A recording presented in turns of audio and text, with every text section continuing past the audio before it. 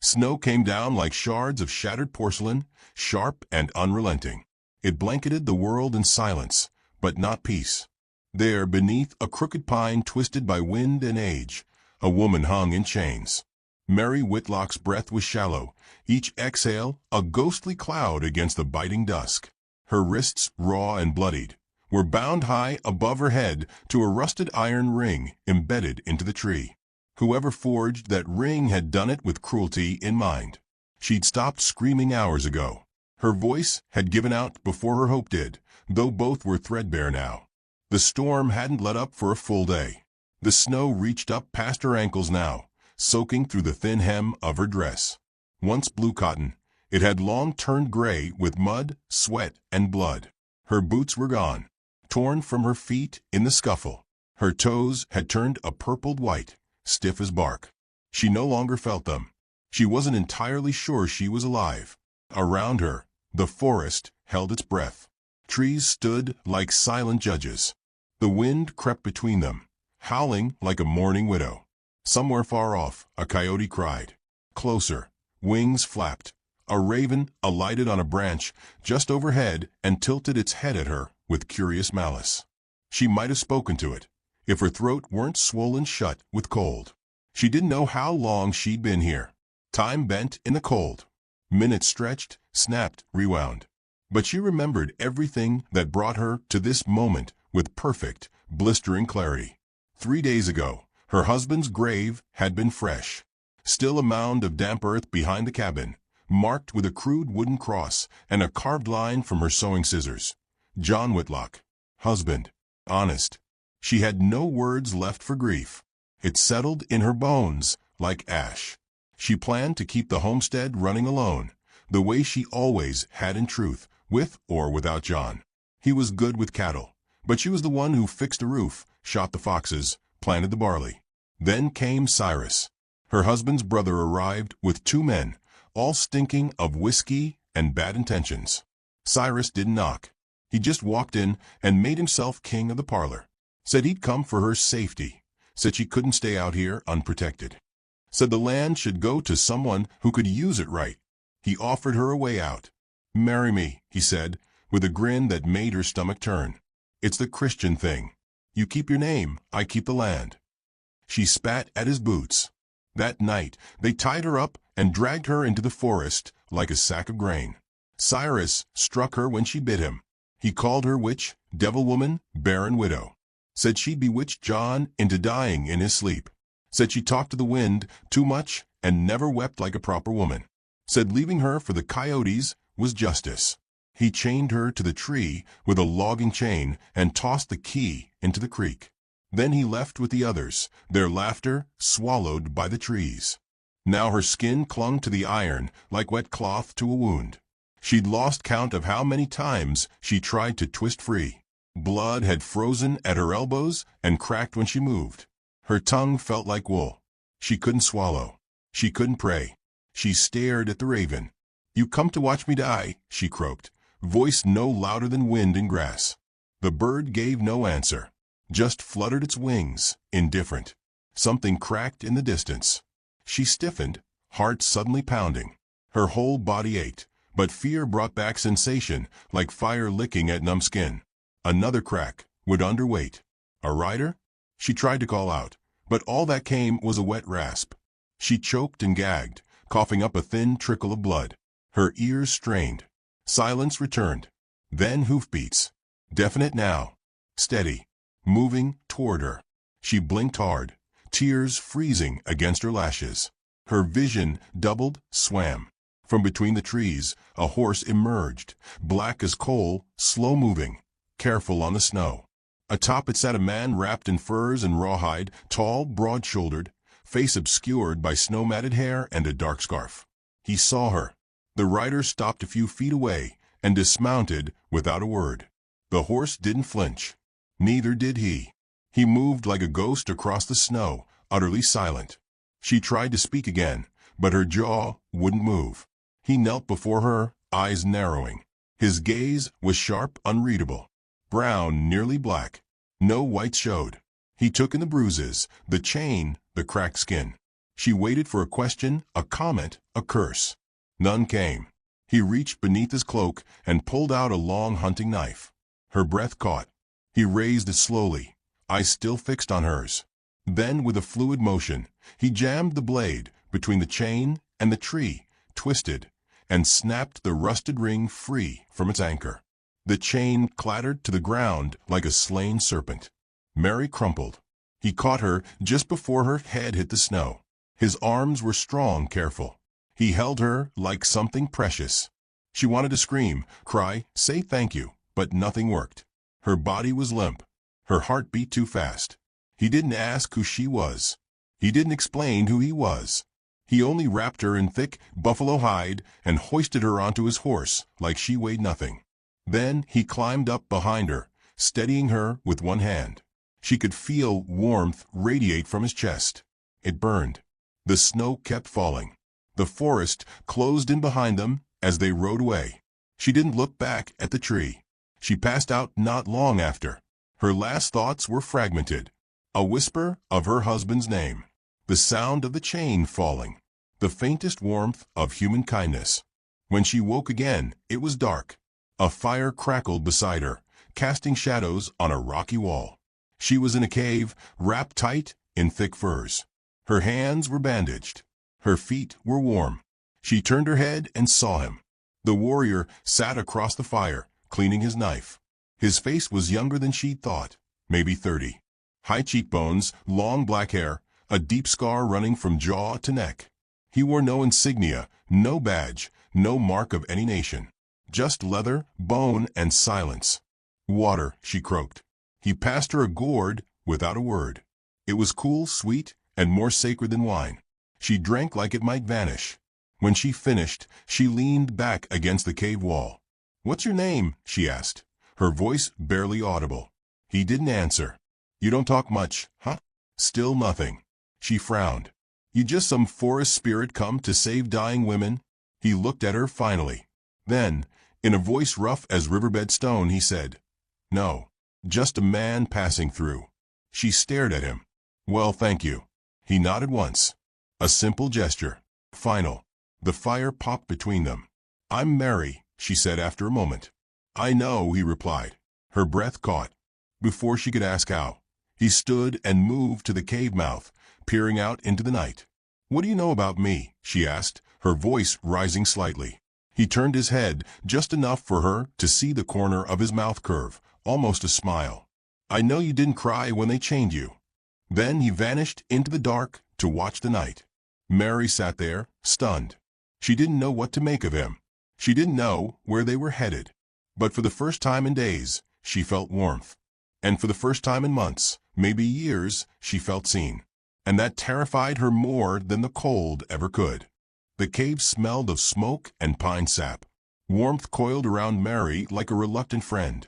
Not quite trusted, but better than the cold she'd left behind.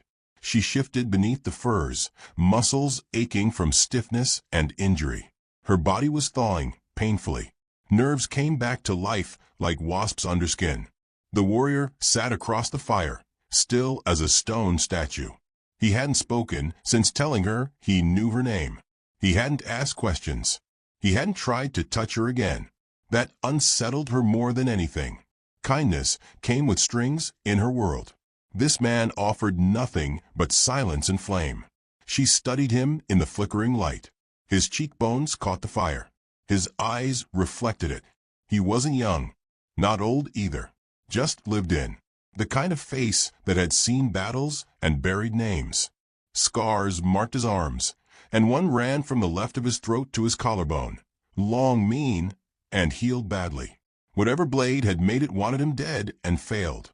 She cleared her throat. "You got a name?" He didn't look away from a fire. "Chaska." She tested it under her breath. "Chaska." It felt solid, earthbound, not soft. "You're Lakota, aren't you?"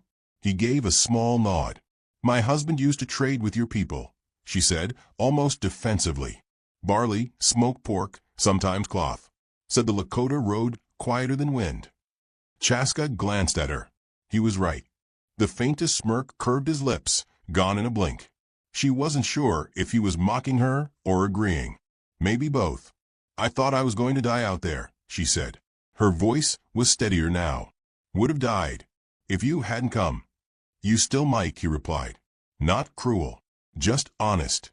That shut her up for a moment. She stared into the flames. Her hands were bandaged. He'd done that. Her feet too, wrapped in soft fur and linen. Someone had taken time. Cared. Why'd you help me? Chaska leaned back against the cave wall, folding his arms. I saw smoke. Thought maybe a trapper's fire. Found the chain first. Then your prints. Then you. That's not what I meant, she said, eyes narrowing. He met her gaze. Most men don't survive being left like that. Women even less. You were still breathing. That was enough. She absorbed that. Not a savior. Then. Not a knight in furs. Just a man who didn't walk past dying things. You knew my name, she said. Chaska nodded toward a leather pouch by his saddle. Found your journal. You write when you're angry. Her face went hot. You read it. Enough. You write like someone punching through paper. That earned a dry laugh. First one in months. It sounded strange in the cave. Hollow. Didn't know anyone was reading, she muttered. Didn't know anyone would save you, he countered. Silence stretched. Not hostile. Just full. Outside, the wind had softened, but snow still fell in slow sheets, muffling the world. Mary listened to it. The hush of drifting flakes, the crackle of pine sap in a fire. You got family? She asked suddenly. No. Home. Chaska shrugged. West. East. Wherever the horse walks. She nodded, lips tight. I had both. Husband's dead. Family left me for coyotes. Then we're alike, he said. She turned to him, surprised. Both ghosts, Chaska added. Something in her chest twisted. Not pain, recognition. A grim, mutual understanding. Do you believe in signs? He asked after a long pause. She blinked. Like omens. Ravens don't land without meaning, he said. Yours watched you for hours. Cried once. Then flew north. Led me right to you. Lucky bird, she murmured. No such thing, he replied. Chaska stood and moved toward the back of the cave. He retrieved dried meat and a skin of water, handed them to her, without a word. She ate slowly, jaw aching, stomach uncertain. The meat was tough and smoky, unfamiliar, but good. Where are we going? She asked between bites. Somewhere safer than here. That a place or just wishful thinking? Chaska knelt by the fire again, throwing on another log.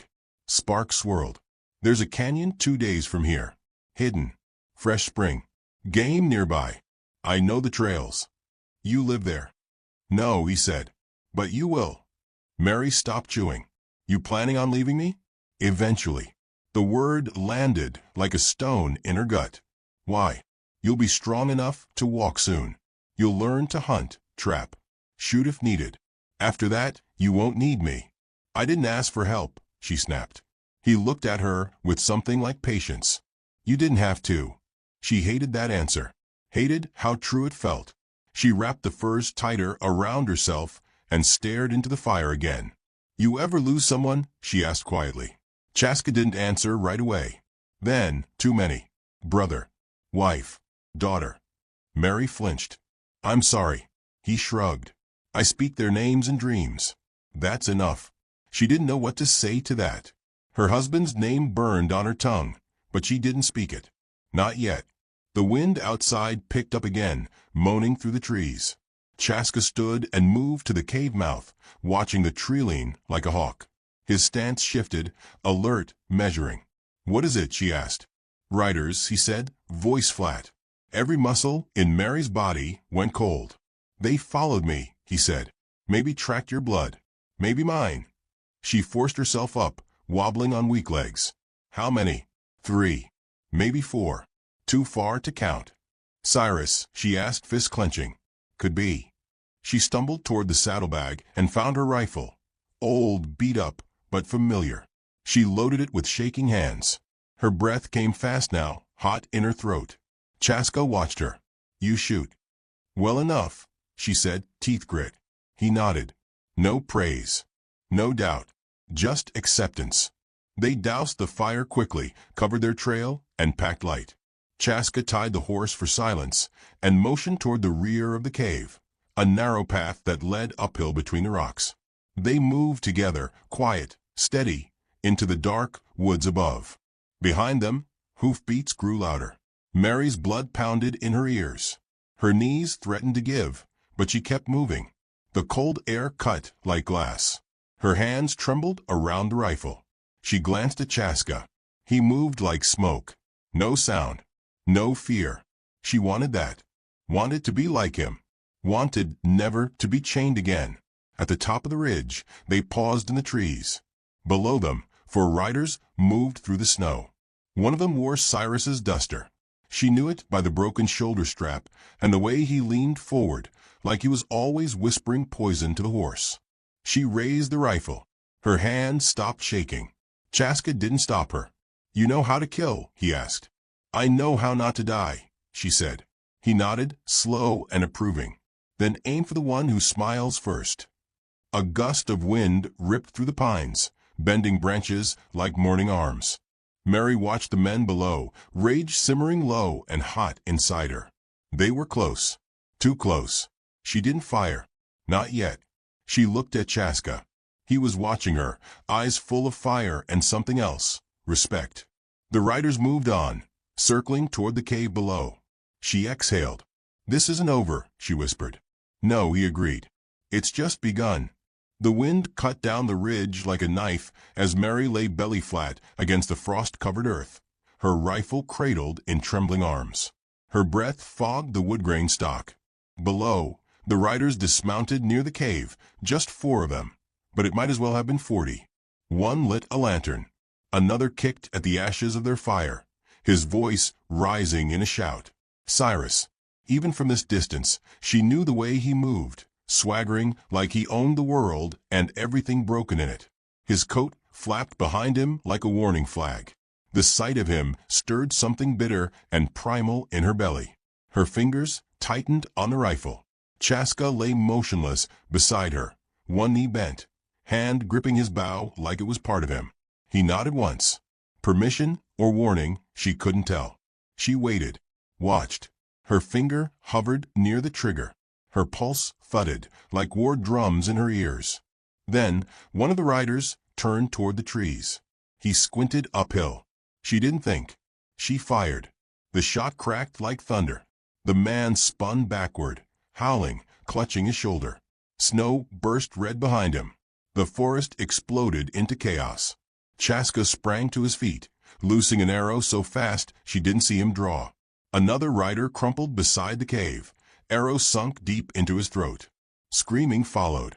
Cyrus bellowed orders, blind firing into the woods. Mary scrambled behind a tree as bullets punched through bark. She loaded again, hands fumbling but determined. Another crack of her rifle missed. Chaska was already moving. Swift, silent, deadly. He slid down the slope like a shadow, using rocks for cover. His knife flashed in his hand. The third rider turned too slow.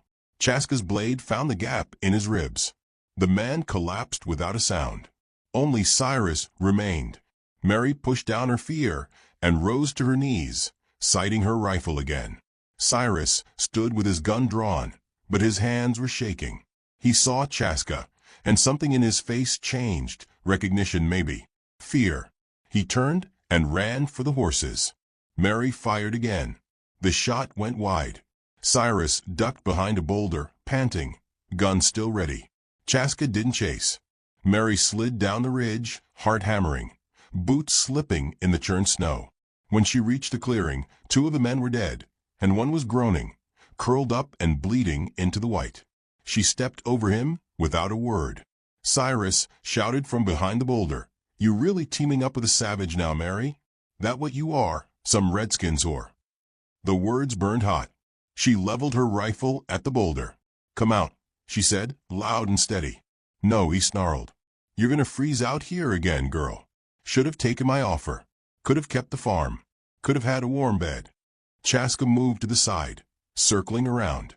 Mary saw it. So did Cyrus. "You think he's saving you?" Cyrus called. "You're just a ghost to him. Another sad white girl left to rot." "I've got a rifle," Mary replied.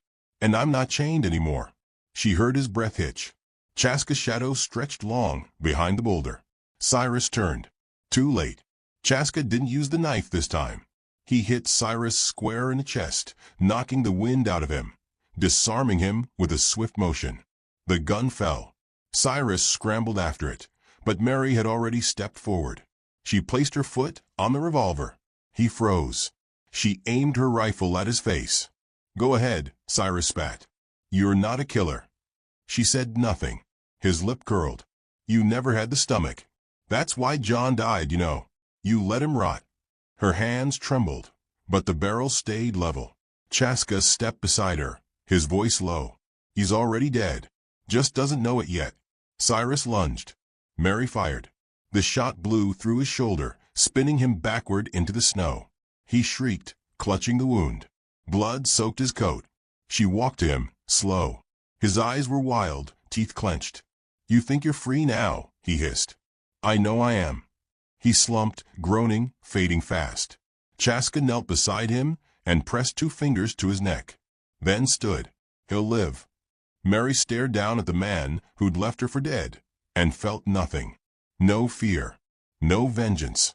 Just the bitter silence of closure. "We should go," Chaska said. "Others might follow." She nodded, eyes never leaving Cyrus. "Leave him." They gathered what supplies they could, took one of the horses, and disappeared into the woods before the snow covered their tracks. By sundown, they had found a stream frozen under clear ice. They stopped to rest. Chaska built a fire with practiced hands, and Mary sat near the warmth, hands cupped around a tin of melted snow. She hadn't spoken in over an hour. Chaska finally said, "You did what you had to." She looked at him. "No, I did what he made me do." He gave a quiet grunt, neither agreeing nor judging. "I hated him," she admitted. "But more than that, I hated who I was when he had power over me." "You're not that woman anymore." Mary stared into the fire. "I'm not sure who I am now." Chaska pulled his cloak tighter around his shoulders. "You will be." The fire crackled between them. The air was cold, but the silence wasn't empty this time. It held space. Respect. Something growing. She watched him poke at the coals, his brow furrowed in thought. He wasn't a talker. Never had been. But when he did speak, it came from somewhere deep, like thunder from a canyon. "You fight well," he said. "I had a good teacher," she replied. He glanced at her, a rare glint of amusement in his eyes. "I didn't teach you how to shoot. You taught me how not to be afraid." Chaska looked back at the fire. "That's harder." Mary's fingers brushed the rifle beside her. It no longer felt like a borrowed tool. It was hers now, as much a part of her as her scars. She lay back on the ground, furs beneath her, and looked up at the sky. The stars were sharp tonight, cold and watching. "I'm not going back," she said. Chaska nodded. "Good." She glanced at him. "You." He shrugged. "Nowhere to go back to." "Then ride with me," she said.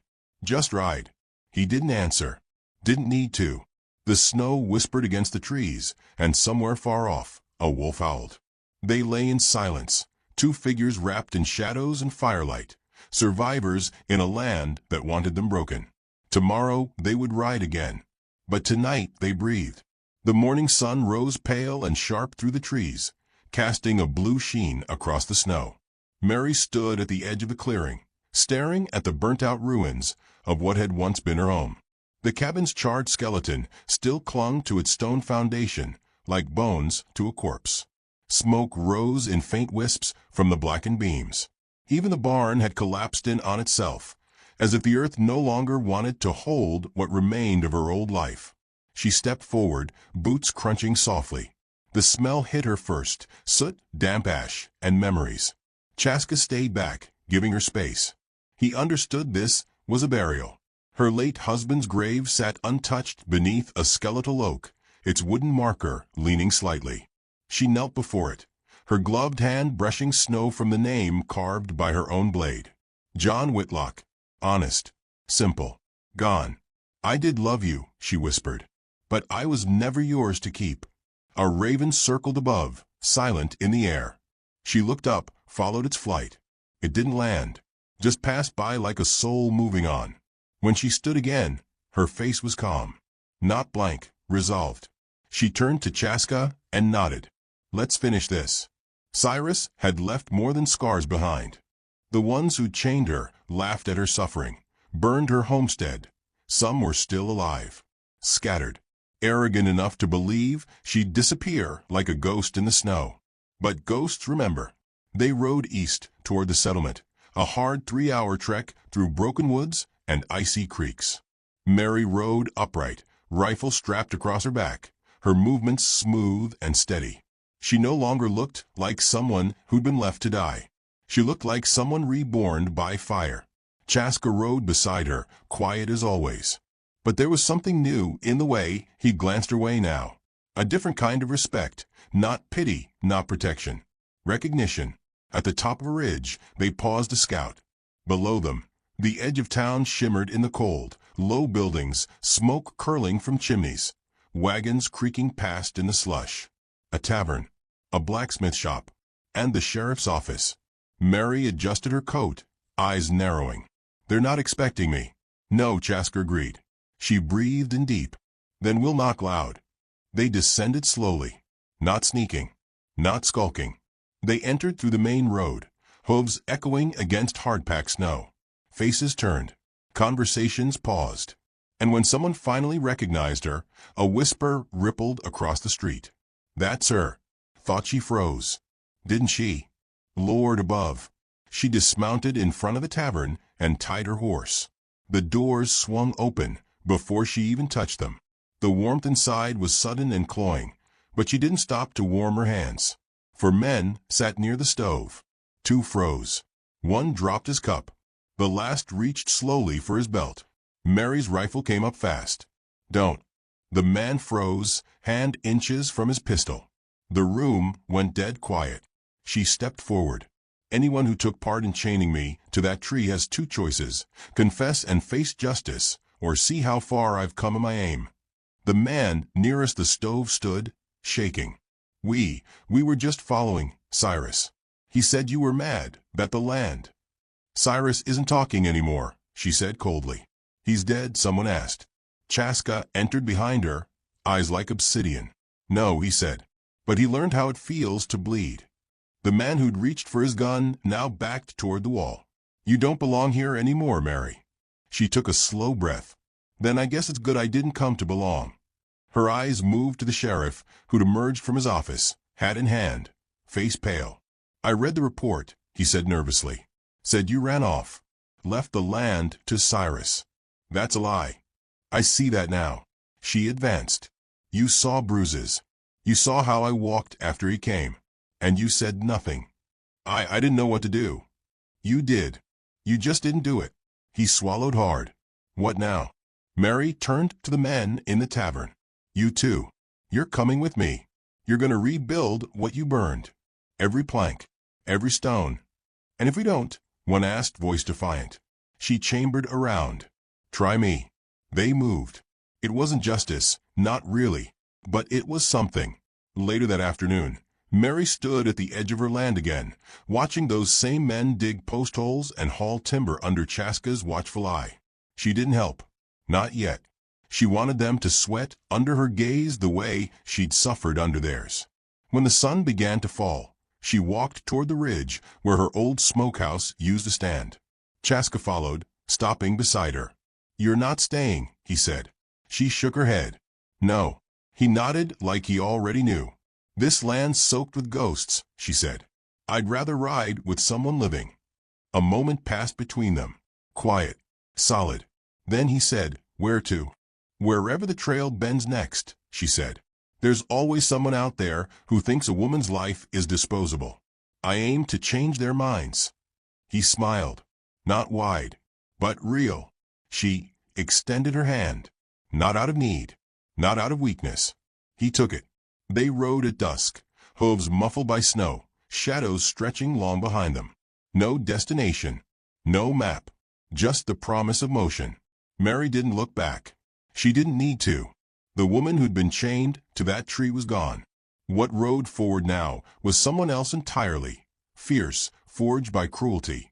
refined by fire. A settler's widow no longer. A rider, a survivor, a warning. And beside her, the warrior with fire in his eyes, silent and watchful as the stars. The West had many stories. This one would be remembered. If this story moved you, don't forget to like, subscribe, and share your thoughts in the comments. Some stories aren't just meant to be told. They're meant to be remembered.